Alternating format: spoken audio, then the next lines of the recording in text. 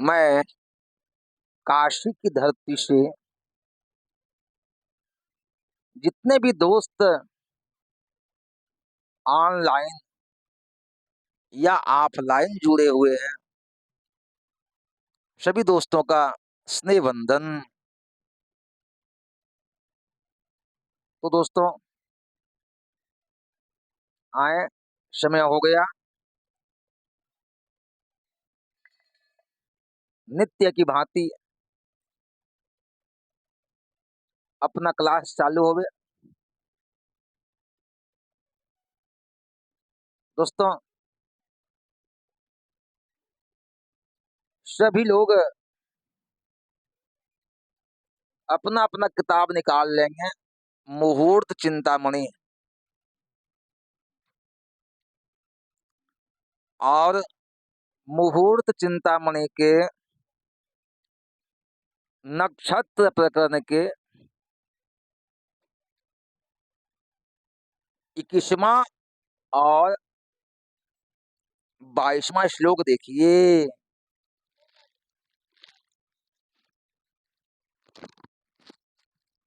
मुहूर्त चिंतामणि के 21वां और 22वां श्लोक देखिए।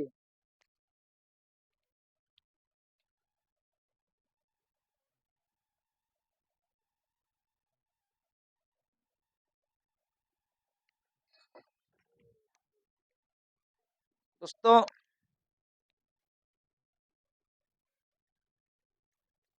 सभी लोग 21वां श्लोक देखिए क्या कहते हैं। ये क्या लिखे हैं?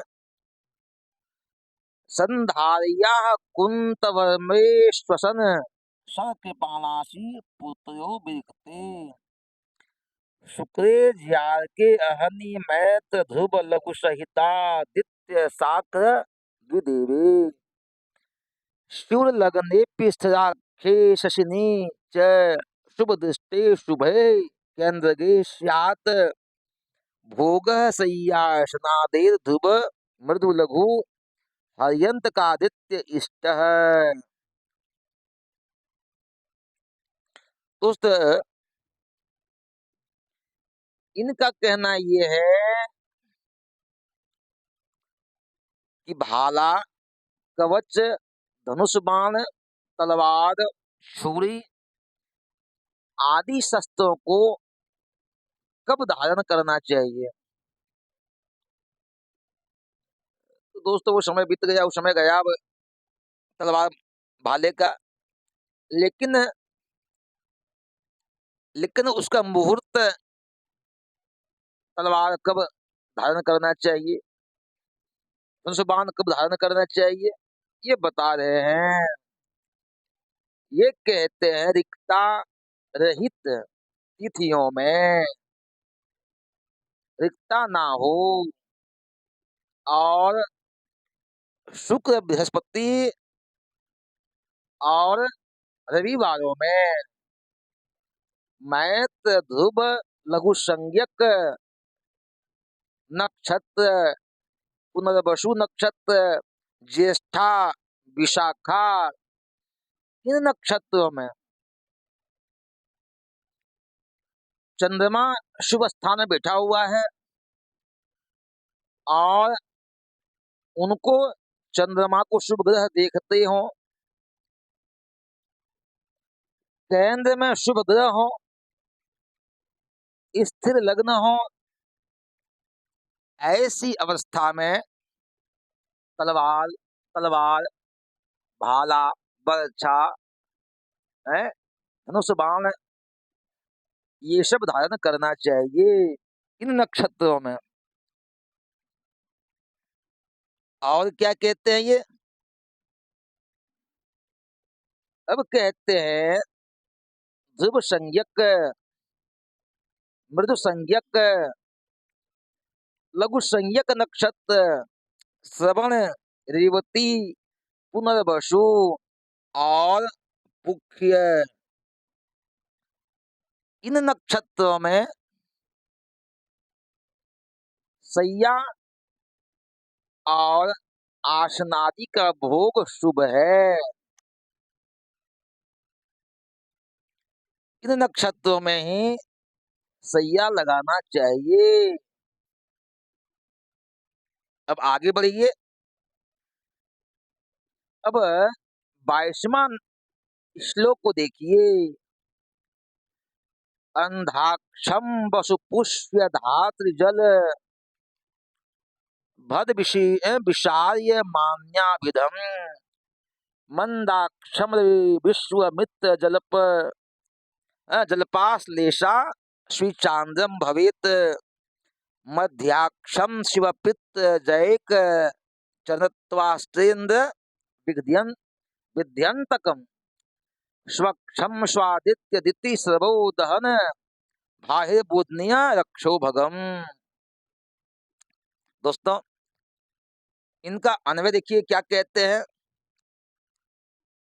वसु पुष्य धात्र जल भद विषार्य मान्त्याभिधम अंधाक्षम भवेत रवि विश्वमित्र जलपाश्लेषा श्रीचांद्रम मंदाक्षम भवेत शिव पित्त जैक चरणत्वास्तेन इंद्र विद्यंतकम मध्याक्षम भवेत स्वात्यादिति सर्वो दहन भाहिर बोधने रक्षो भगम स्वक्षम भवेत।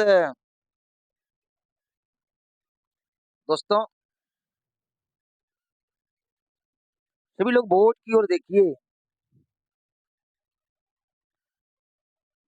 सभी नक्षत्रों की यदि 4 संज्ञा होती हैं। अंध, मंदाक्ष, मध्याक्ष और सुलोचन। नक्षत्रों को 4 भाग में विभक्त किया गया है। कौन कौन? अंध, मंदाक्ष, मध्याक्ष और सुलोचन। दोस्तों, हम ये आगे बताएंगे कि अंध, मंदाक्ष, मध्याक्ष और सुलोचन, इससे मतलब क्या है, यह संज्ञा क्यों दी गई है। लेकिन इसके पहले आप ये देखें, धनिष्ठा, पुख्य, रोहिणी, पूर्वाखाला, विशाखा, उत्तरा फाल्गुनी और रेवती, इन नक्षत्रों की अंध संज्ञा होती है। इन नक्षत्रों को अंध नक्षत्र कहते हैं। आगे बढ़िए। हस्ता, उत्तराखला, अनुराधा, शतभिषा, श्लेषा, अश्विनी और मृगशिरा, इन नक्षत्रों की मंदाक्ष संज्ञा होती है। आगे बढ़िए। आर्द्रा, मघा, पूर्वा भाद्रपद, चित्रा, ज्येष्ठा, अभिजित और भरणी, इन नक्षत्रों की मध्याक्ष संज्ञा होती है। मध्याक्ष। आगे बढ़िए। स्वाति, पुनर्वसु, श्रवण, कृत्तिका, उत्तरा भाद्रपद, मूल और पूर्वाखाला, इन नक्षत्रों की सुलोचन संज्ञा होती है। दोस्तों, नक्षत्रों को 4 भाग में विभाजित किया गया है। अंध, मंदाक्ष, मध्याक्ष और सुलोचन।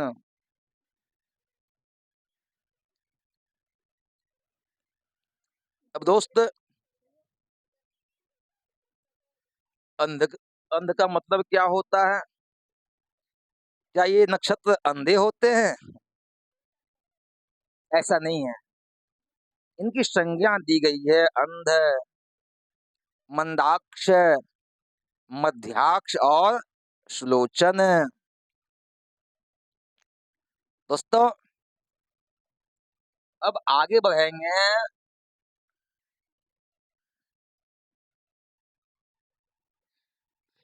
तो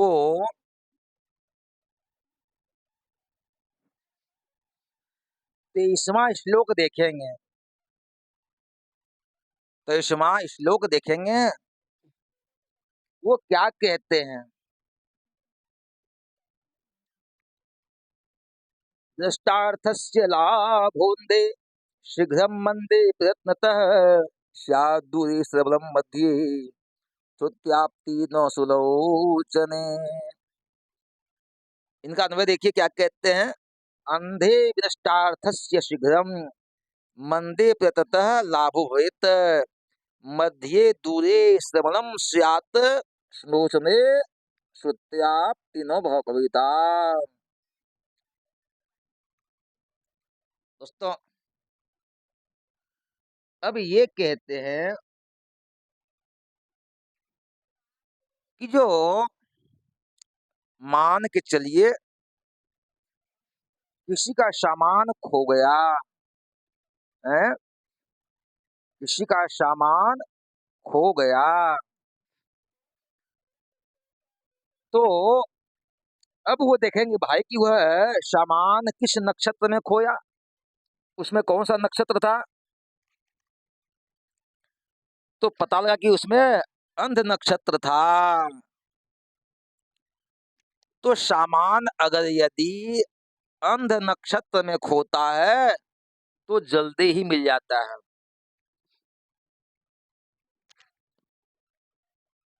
कोई सामान अगर यदि अंध नक्षत्र में खोता है तो वह शीघ्र ही मिल जाता है। कोई सामान धनिष्ठा, पुष्य, रोहिणी, पूर्वाषाढ़ा, विशाखा, उत्तरा, फाल्गुन, रेवती, इसे अंध नक्षत्र हो गया। तो इन नक्षत्रों में अगर यदि सामान खो गया है तो जल्दी ही मिल जाते हैं। अब आइए, मंदाक्ष,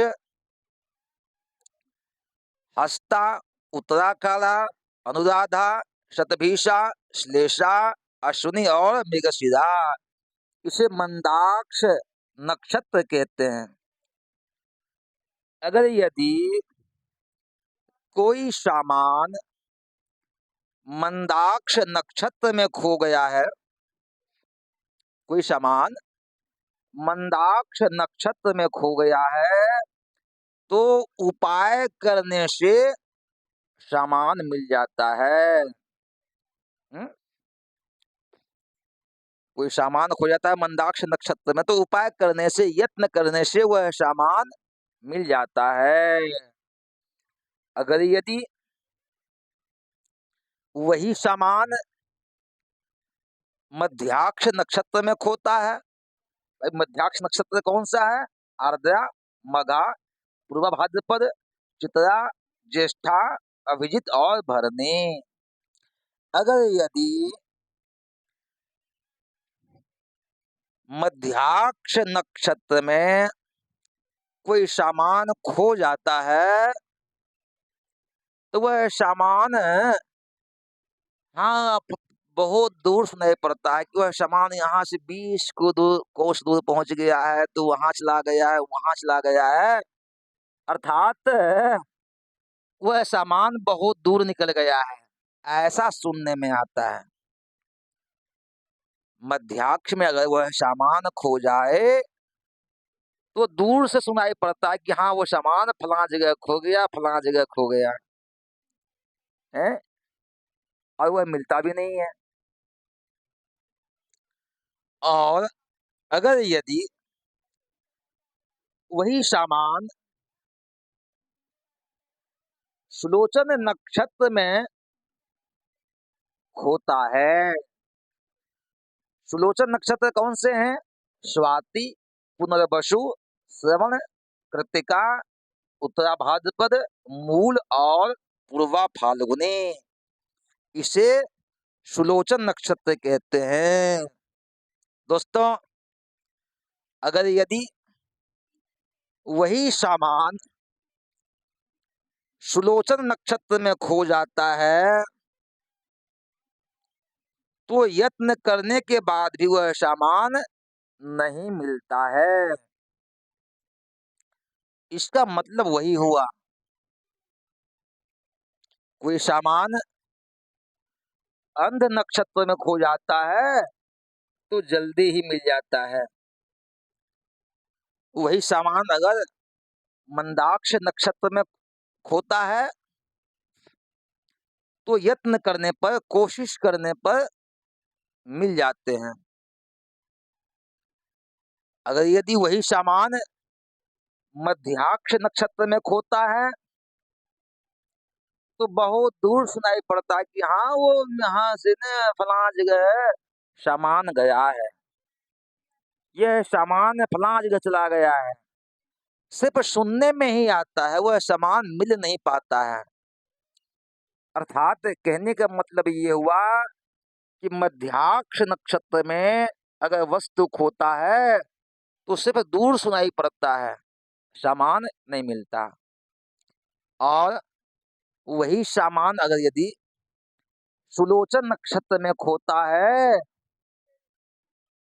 तो यत्न करने पर भी वह सामान नहीं मिल पाता है। दोस्त, इसलिए अंध, मंदाक्ष, मध्याक्ष और सुलोचन, इनकी संज्ञा दी गई है। सबका काम अलग अलग है। दोस्तों, अब तो आप समझ गए होंगे